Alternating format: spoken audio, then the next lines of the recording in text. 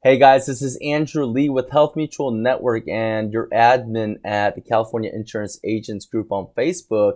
And I have a pretty good topic for you guys today. It's going to be grassroots marketing, which is actually one of my favorite topics because this is what actually got me started. This is what actually got me paid. My first commission checks were through organic marketing. So I wanted to break this down for you guys because I know we took the poll in the group and the majority of you guys asked for this. So I will try to deliver, or matter of fact, I will deliver, right? So the common one that everybody seems to do is just events, right? So if you throw a thank you event to celebrate your clients and even your potential clients, just doing like bingo night or conga line night, pizza party, what have you, do it to celebrate them, right? Enjoy their company, right? Just genuinely have fun. Of course, you can leave your business card at the table, but you should actually just leave it all there.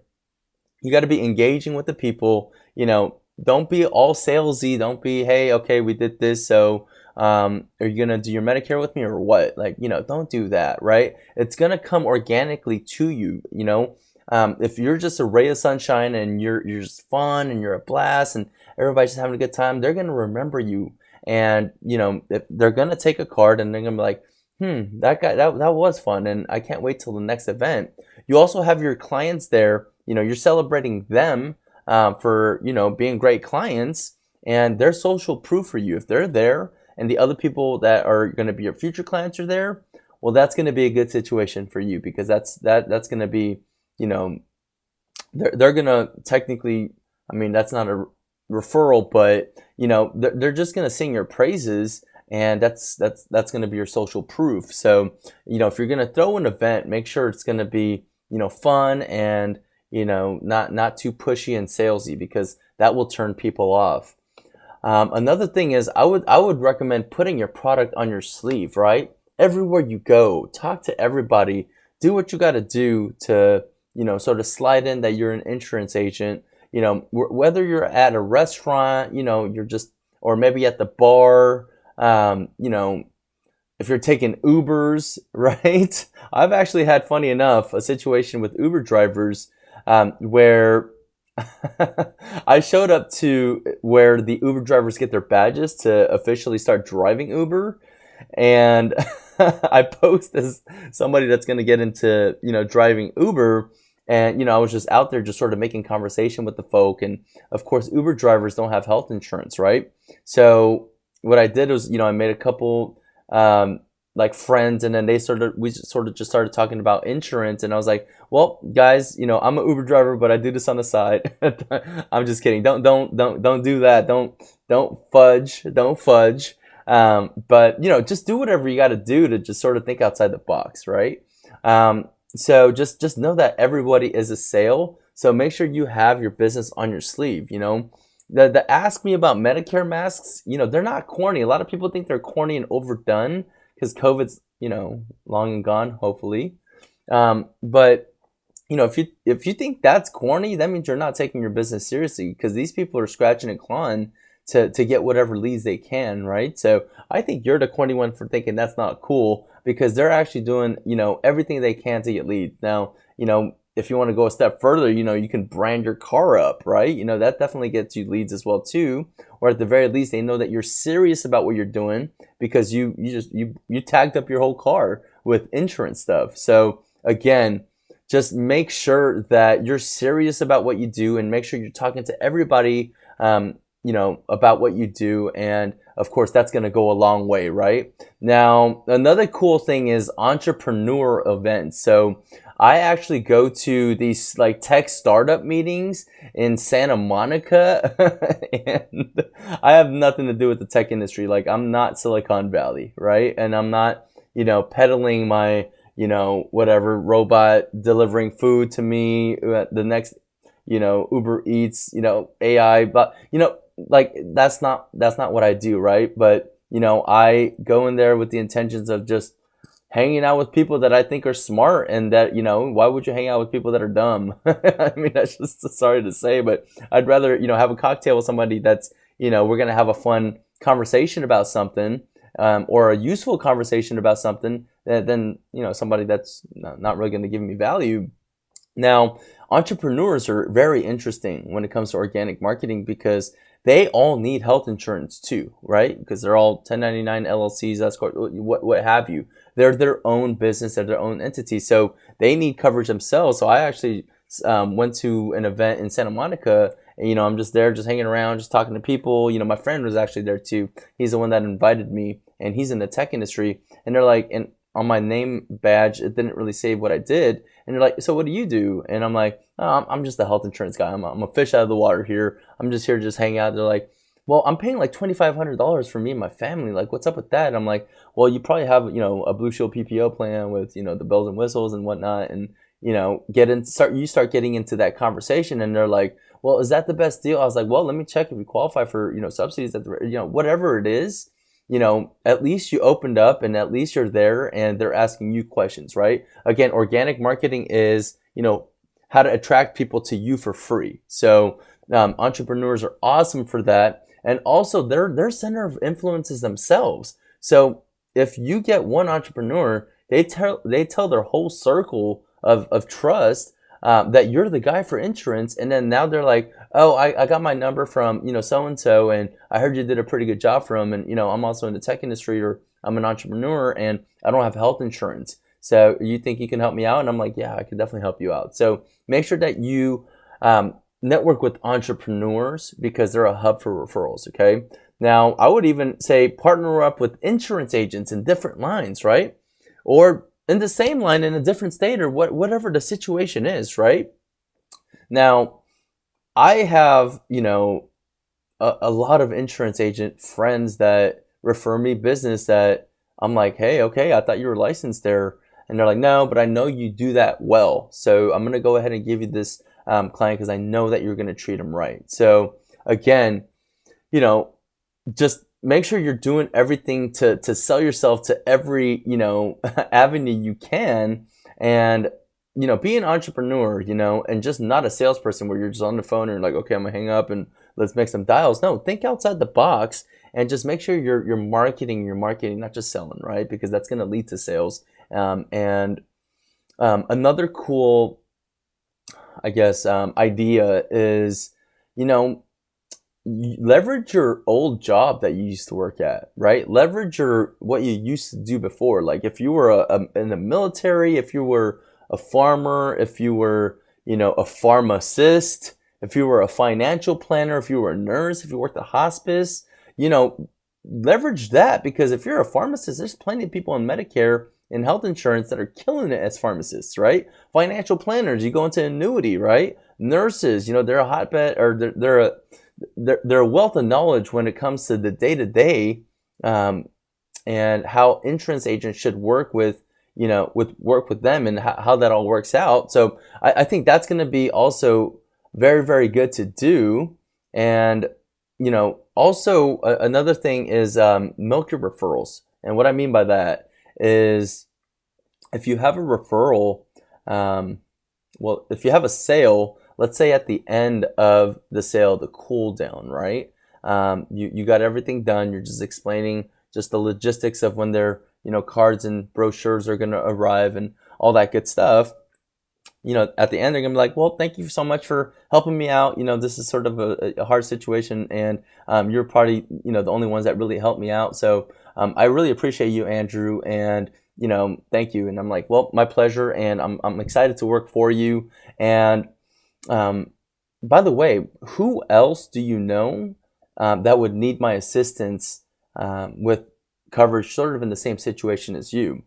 And then what I do is, if you're face to face, you can just sort of be silent and just just sort of wait for them to give you one, because you said, who do you know, instead of, hey, so just in case somebody else needs, you know what I do. So if you want to give them my number, feel free to do so. If not, then that's fine. No, we're not going to do it like that, because that doesn't really get you leads, right? That just puts it up in the air, and we're sort of in la la land as to, oh yeah, I do it, but we're not serious about getting, referrals. What I would do is, use silence as power, right? Whoever talks first loses, one of the adages in our industry. And what I would normally do is I'd be like, hey, so I'm mostly on the phones, and what I would do is like, okay, so Mrs. Jones, who else do you know that would need my assistance, that's sort of in the same situation as you? And they go, well, I think my sister, I don't know, she has probably like this plan G. I know she had some kind of issue with her doctor. I'm like, okay, cool. Well, at the very least, just for due diligence, I can, do a quick review with her just to see if she, qualifies for something else, or, a situation that she might like more. What's a good number for her, and what's her name? Just quickly write that down, and they'll give that to you, right?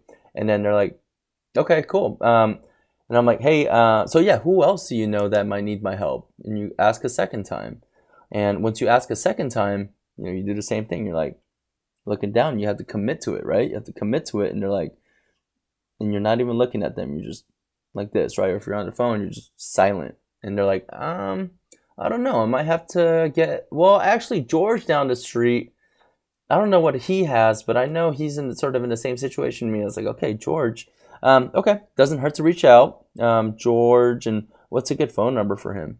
So that's two referrals right there, right? And then now it's like, hey, do you have another referral? And they're like, no, I can't think of any right now. But Andrew, I'll let you know if somebody reaches out to me, or if I'm in a situation where somebody's so if somebody reaches out to me and says, hey, I need help with this, and I'll go ahead and send them over to you. And at the very least, if you didn't get 3, you got 2, or 1, right? Which is better than none. So a lot of people sleep on, milking the referral, and really diving into their book to get other clients, right? So make sure you guys take this one seriously, because this is going to be a lead generation tactic that is going to be free. And of course, as you guys know, referrals are going to be lasting on your book, because now they feel bad if they cancel if the other person has referred them over, because it's just they did a thing for you, they did a thing for them, and they don't want to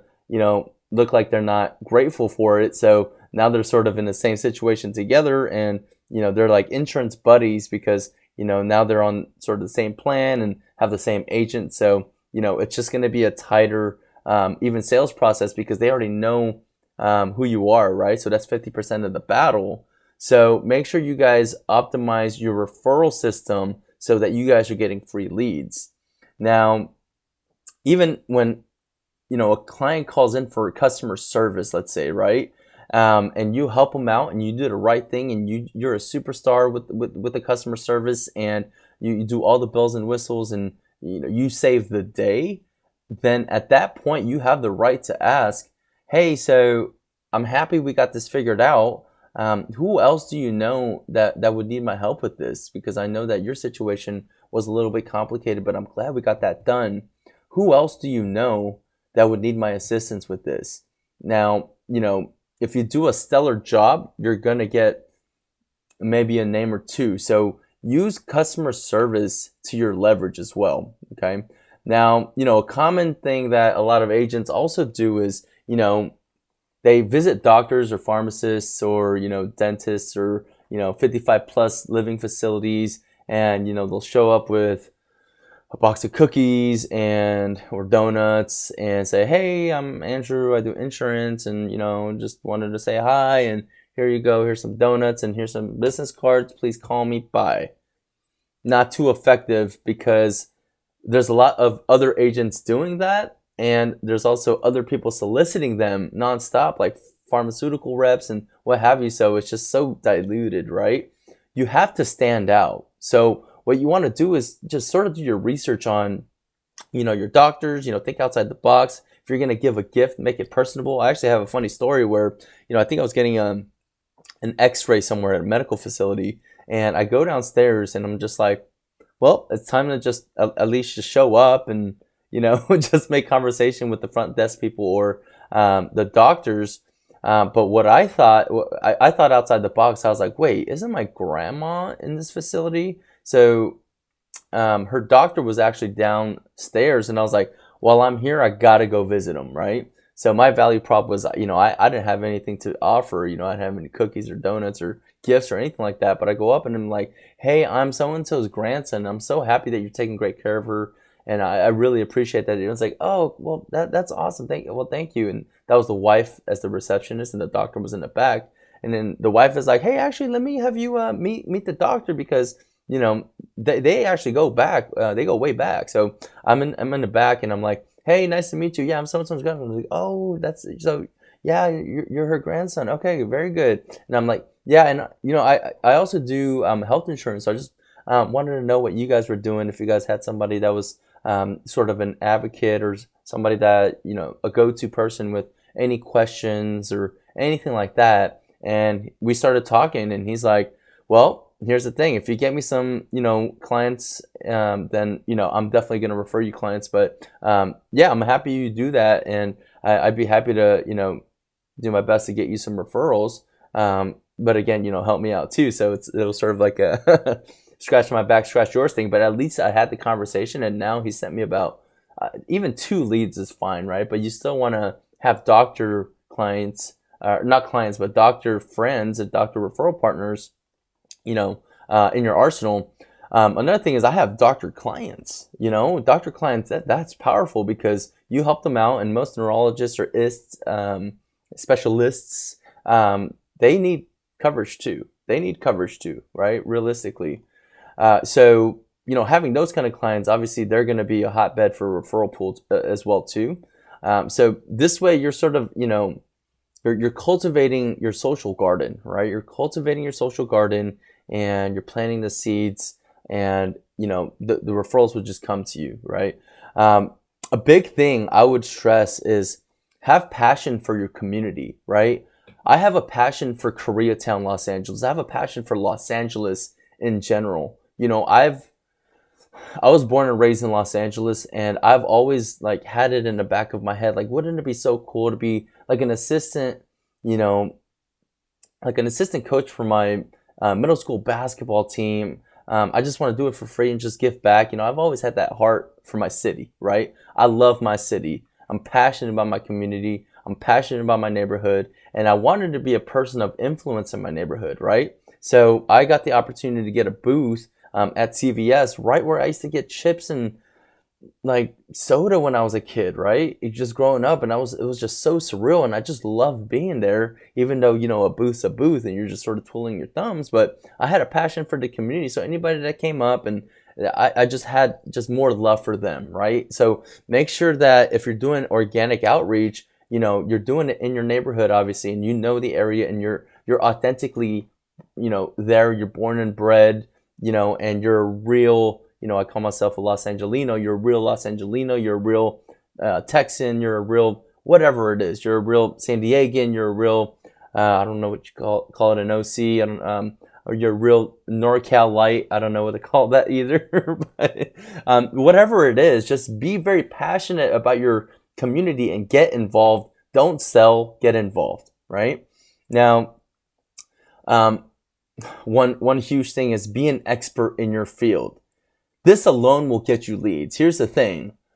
Being an expert in your field, just being the go-to person, is going to come with repetition and activity, right? Put in your 10,000 hours and you're going to get referrals, okay? Know your plans, and know your SEPs if you're in Medicare, know your county, know other counties and which products are going to be good there, because obviously in our industry, it could be a one-call close situation. And if you say, hey, I got to find out, I'll call you back, then, then you're not the expert. And there's sort of like well, I don't really know about this guy, but, if you get the deal, it's going to be harder for them to give you referrals because they're not so sold, because you didn't do your research and you weren't the expert. You didn't look like the expert there in that situation, even though you can enroll them.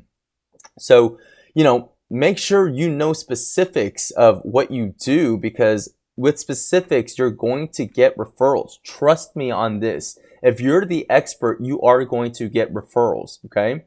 Now, the last thing I want to say before I get to the digital part is just be a good person and do the right thing. The leads are going to come. I'm telling you. Just do right by the client. Treat them like you treat your mom, your dad, or your sister, your brother. treat them like family, treat them like you've known them for years, treat them well, have a good tonality with them, always be upbeat, and the leads will come because they're going to say, well, that was I thought it was going to be such a hard time doing this insurance thing, and you just made it so easy for me, Andrew, and I really appreciate that. If you hear that, you're going to have leads coming out of everywhere. Like, that. So guys, just be a good person, do the right thing, leads will come. So quickly, I'm going to go over the digital side, right? If you want to do digital organic outreach, then you're going to go on Facebook Marketplace, even though it's sort of a weird place to do so, or just one of those buy and sell groups, but be very specific with that too. Like specifically, I joined a buy and sell Korean group for Orange County, Los Angeles, and Riverside. And I posted, just information, right? Educational topics, and then maybe a small call to action at the end where it says, hey, call me if you want, but here are the facts, and here is what you need to know if you're trying to get into, health insurance, Medicare, whatever it is, life insurance, PNC, whatever your line is. Just be educational, and make sure that you get you become the person of interest in those groups, even though those groups are pretty diluted with a lot of ads and stuff like that. Make sure you post on the discussion section instead of the buy and sell. Guys, in buy and sell groups, there's a discussion section. So make sure, and you can spam that all you want, by the way, okay? And the more you spam in there, or not spam, but that you can post every day pretty much. If it's all good content and somebody looks you up by looking up your name in that group, all your posts are going to come out, and everything you need to know, or everything they need to know about you, is going to be all right there, okay? So make sure you guys are, joining the right buy and sell groups and things like that. Join niche Facebook groups, right? Moms at a certain age group, military people, paintball buddies, the, Shahs of Sunset, the Filipinos of San Diego, something that really resonates with you and you are a part of, and what they're talking about. And these people are your people, right? These people are something that you guys have a shared common, activity, joy, trauma, maybe even sometimes, or you guys are just in a good spot where you guys understand each other.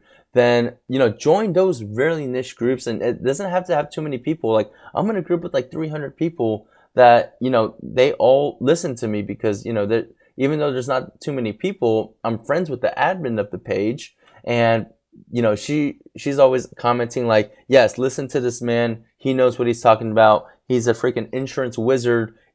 Call him. I'm telling you. And then, that turns into like 10, 11 likes on that post. And then all of a sudden you get 2-3 leads out of it, right? Hey, I'm actually need help with that. Can you call me whenever you get a chance? Number, right? So become, friends with the admins, and, make sure you're posting educational stuff and a little call to action at the end, but not too salesy, okay? So once you have your Facebook, and this maybe it's a controversial sort of topic, but I would, if you have like 200 or only like 300 friends on Facebook, I would just completely change your Facebook, if you don't have a business page, as a hub for your, clients, right? So if you meet people through these groups, add them as friends, and then just post on your specific Facebook page a bunch of insurance stuff, right? So, that's if you don't have a bunch of insurance friends like I do. But, that stuff works. I've seen it work. So just make sure you guys think outside the box and do that as well too. And if what happens is, they're going to start commenting on your posts, and, if you've already helped them out, they're going to say, hey, thanks for helping me. What you're going to do is just, snip that, right? Snip that comment. And then you're going to go ahead and reuse that, and then put another post there, and just use that as the the picture on the post. So you're going to recycle. That's how you sort of recycle your reviews and your testimonials into lead generation, and then rinse and repeat, right? So guys, those are just some, just off the top of my head, some good grassroots organic marketing tips that you guys can do starting today, starting right now, right? So if you guys aren't doing organic marketing, please utilize that, because that's changed my business. And you definitely don't want to pay for leads. You don't want to pay for anything. You want people to call you. You want your phone ringing, and you want it to be free. So guys, I'm going to sign off. Hopefully you guys like that content, and make sure you guys like and subscribe. Thank you so much.